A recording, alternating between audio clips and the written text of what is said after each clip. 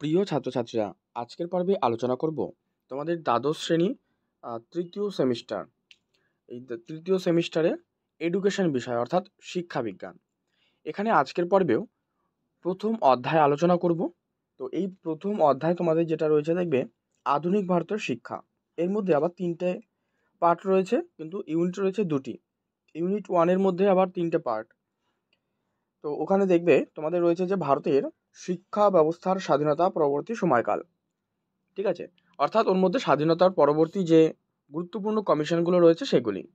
তবে আজকের পর্বে আলোচনা করব কোঠারি কমিশন, যেটি ইন্ডিয়ান এডুকেশন কমিশন নামে পরিচিত। ঠিক আছে, এর আরেকটা নাম কোঠারি কমিশন, এবং এটি 1964 থেকে 1966। ঠিক আছে, ওটি 64 সালে গঠিত হয় এবং ওটা শেষ ছিল হচ্ছে 1966। এখানে আজকের পর্বে গুরুত্বপূর্ণ কতগুলো প্রশ্ন আলোচনা করব এবং তার সাথে বেশ কতগুলি তথ্য তোমাদের প্রত্যেকটা প্রশ্নের সাথে সাথে কিন্তু দিয়ে দেব। অবশ্যই পর্বটি প্রথম থেকে দেখো শেষ পর্যন্ত এবং এই প্রশ্ন উত্তরগুলো তোমরা বুঝে নাও। যে অতিরিক্ত তথ্যগুলো দেব অবশ্যই তোমরা নোট ডাউন করতে পারো, অথবা এই সম্পূর্ণ আলোচনাটি প্রশ্নপত্র সহ ফ্রি পিডিএফ পেতে তোমরা পর্বটি দেখো। এর মধ্যেই আমি তোমরা ফ্রি পিডিএফ কিভাবে সংগ্রহ করতে পারবে তার ডিটেলস আলোচনা করে দেব। দেখো, প্রথমেই বলি যে কোঠারি কমিশন। কোঠারি কমিশন এটা কিন্তু জাতীয় শিক্ষা কমিশন নামেও পরিচিত। ভারত সরকার দ্বারাই এটি গঠিত হয়েছিল এবং এর যে প্রধান ছিলেন তিনি হলেন দৌলত সিং কোঠারি। ইনি আবার বিশ্ববিদ্যালয় মঞ্জুরি কমিশনের কিন্তু চেয়ারম্যান ছিলেন এবং এটি গঠিত হয়েছিল 1974-এর 14ই জুলাই। ঠিক আছে, তো এটি গঠন হয় কবে? কোঠারি কমিশন গঠন হয় 1964 সালের 14ই জুলাই। আচ্ছা, ওটা 1964 হবে।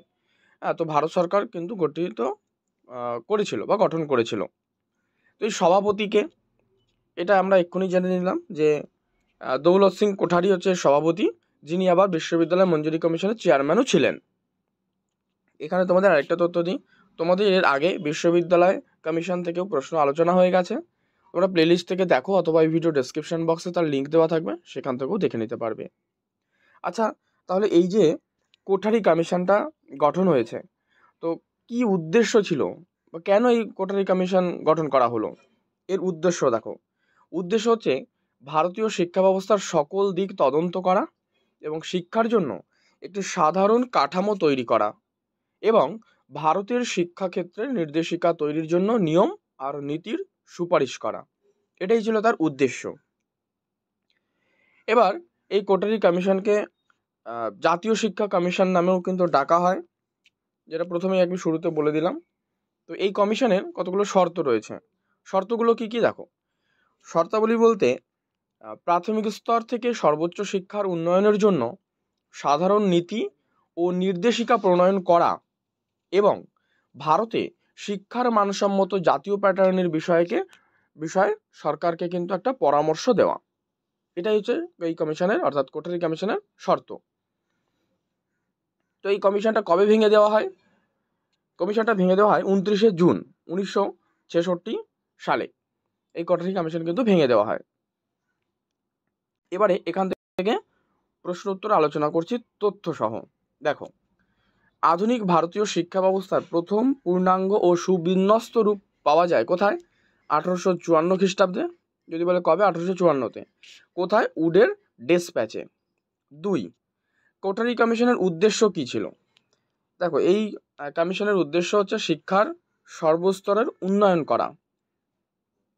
তো এই কমিশন প্রাক বিদ্যালয় স্তরে যে শিক্ষা সেটা হলো 1 থেকে 3 বছর, আর এই কমিশন প্রাথমিক শিক্ষার জন্য কিন্তু 6 থেকে 8 বছর ধার্য করেছে।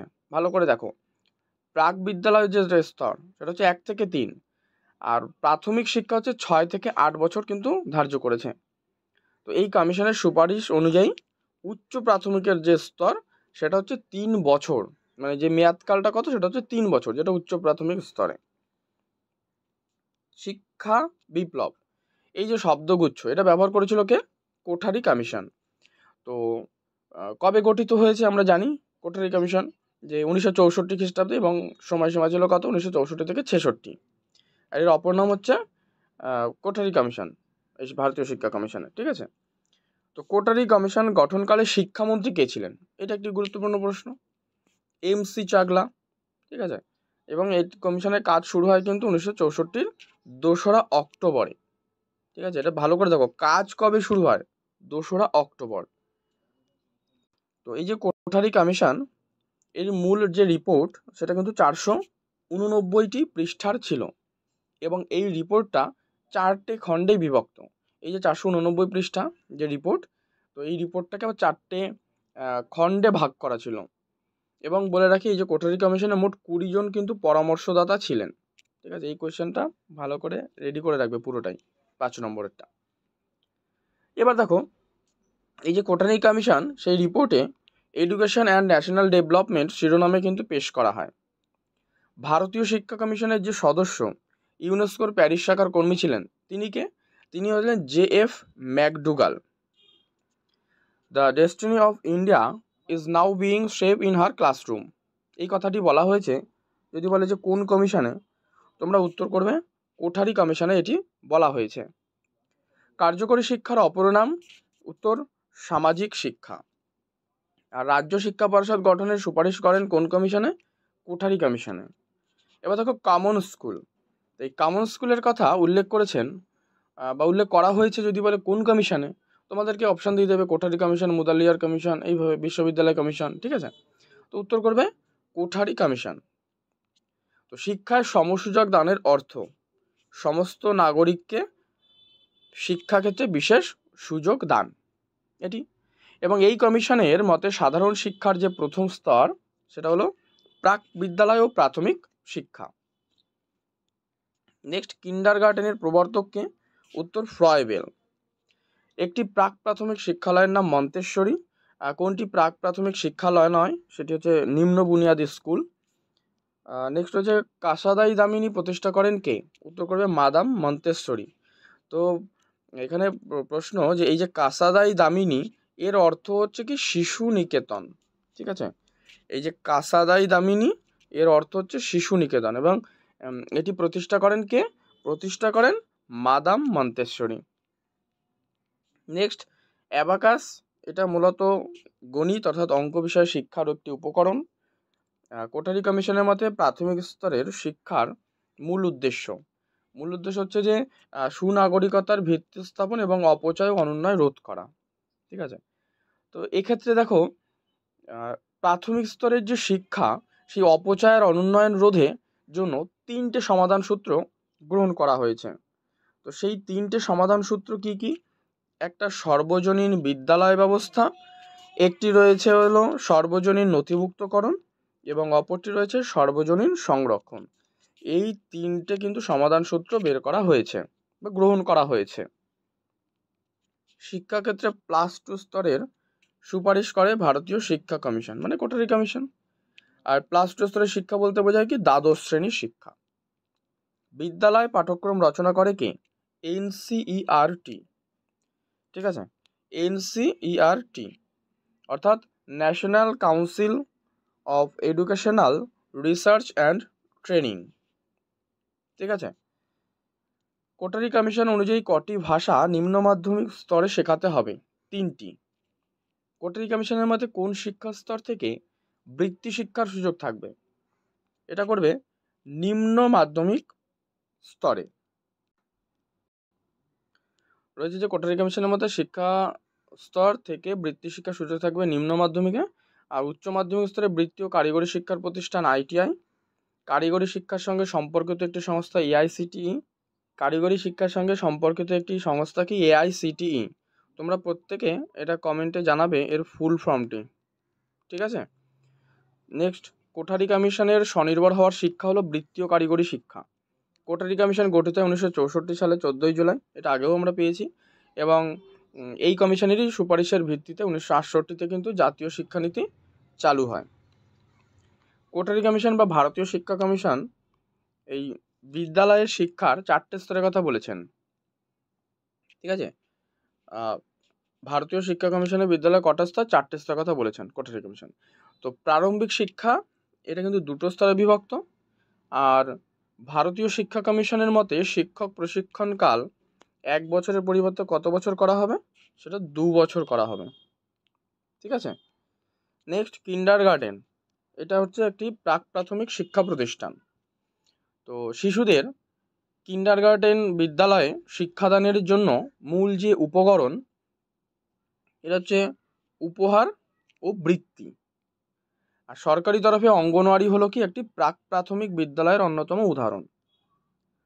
প্রাথমিক শিক্ষা স্তরে কোঠারি কমিশন বিশেষভাবে প্রভাবিত হয়েছিল বুনিয়াদ শিক্ষা ব্যবস্থার দ্বারা। তাহলে প্রশ্ন, যে বুনিয়াদী শিক্ষা ব্যবস্থার মূল উদ্দেশ্য কি? এটা হচ্ছে উৎপাদনমূলক। কোঠারি কমিশন হিন্দি ভাষা প্রচারের জন্য সর্বতোভাবে কিন্তু সচেষ্ট হতে বলেছে। এখানে আরও দুটো বলি, যে যে উচ্চ মাধ্যমিক স্তর, সেখানে কিন্তু দুটো ভাষা শেখার কথা বলা হয়েছে উচ্চ মাধ্যমিক স্তরে। আর উচ্চ শিক্ষার যে শেষ স্তর সেটা হচ্ছে স্নাতকোত্তর। উচ্চ মাধ্যমিকের শেষ, উচ্চশিক্ষার শেষ স্তর। আর ট্রেড স্কুল যদি বলে, ট্রেড স্কুল হচ্ছে কারিগরি শিক্ষার অন্যতম একটি প্রতিষ্ঠান। এখানে তোমাদের বলে দিই যে এই সম্পূর্ণ যে ফ্রি পিডিএফ পেতে তোমরা প্রত্যেকে অবশ্যই টেলিগ্রামে যুক্ত থাকো, যার লিঙ্ক এই ভিডিও ডেসক্রিপশন বক্সে কিন্তু দেওয়া রয়েছে। সম্পূর্ণ ফ্রিতে তোমরা সেখান থেকে ডাউনলোড করে নিতে পারবে। এবার দেখো, ট্রেড স্কুল কারিগরি শিক্ষার এটি অন্যতম একটি প্রতিষ্ঠান। এবং এই যে কারিগরি শিক্ষার প্রসঙ্গ যখন এলো, তাহলে এর সর্বভারতীয় যে পর্ষদ সেটি হলো কি AICTE। ঠিক আছে, যেটা আগেও পেয়েছি আমরা। তো এই কারিগরি শিক্ষা কিন্তু AICTE সংস্থার সঙ্গে যুক্ত। যদি বলে উচ্চতর কারিগরি শিক্ষার একটি ডিগ্রি কী হবে, তখন করবে MTech। Indian institute of science গড়ে উঠেছে কোথায়? ব্যাঙ্গালোরে। আর সাধারণ শিক্ষা ও বৃত্তিমুখী কারিগরি শিক্ষার সমন্বয় হলো পূর্ণাঙ্গ। ঠিক আছে, এই হচ্ছে তোমাদের সম্পূর্ণ আমি প্রশ্নপত্রগুলো তথ্য সহ আলোচনা করলাম। তোমরা প্রত্যেকে ফ্রি পিডিএফগুলো টেলিগ্রাম থেকে ডাউনলোড করে নাও, পাসওয়ার্ড এই ভিডিওতে দেওয়া রয়েছে, সেখান থেকে দেখে নাও। পর্বটি ভালো লাগলে অবশ্যই লাইক করে দিও, শেয়ার করে দিও বন্ধুদের মধ্যে। চ্যানেলে নতুন হলে অবশ্যই কিন্তু সাবস্ক্রাইব করে রাখবে। পাশাপাশি তোমার যে কোনো বিষয়ে প্রশ্ন সংক্রান্ত যদি সমাধানের প্রয়োজন হয়, অবশ্যই কমেন্ট করে জানাবে।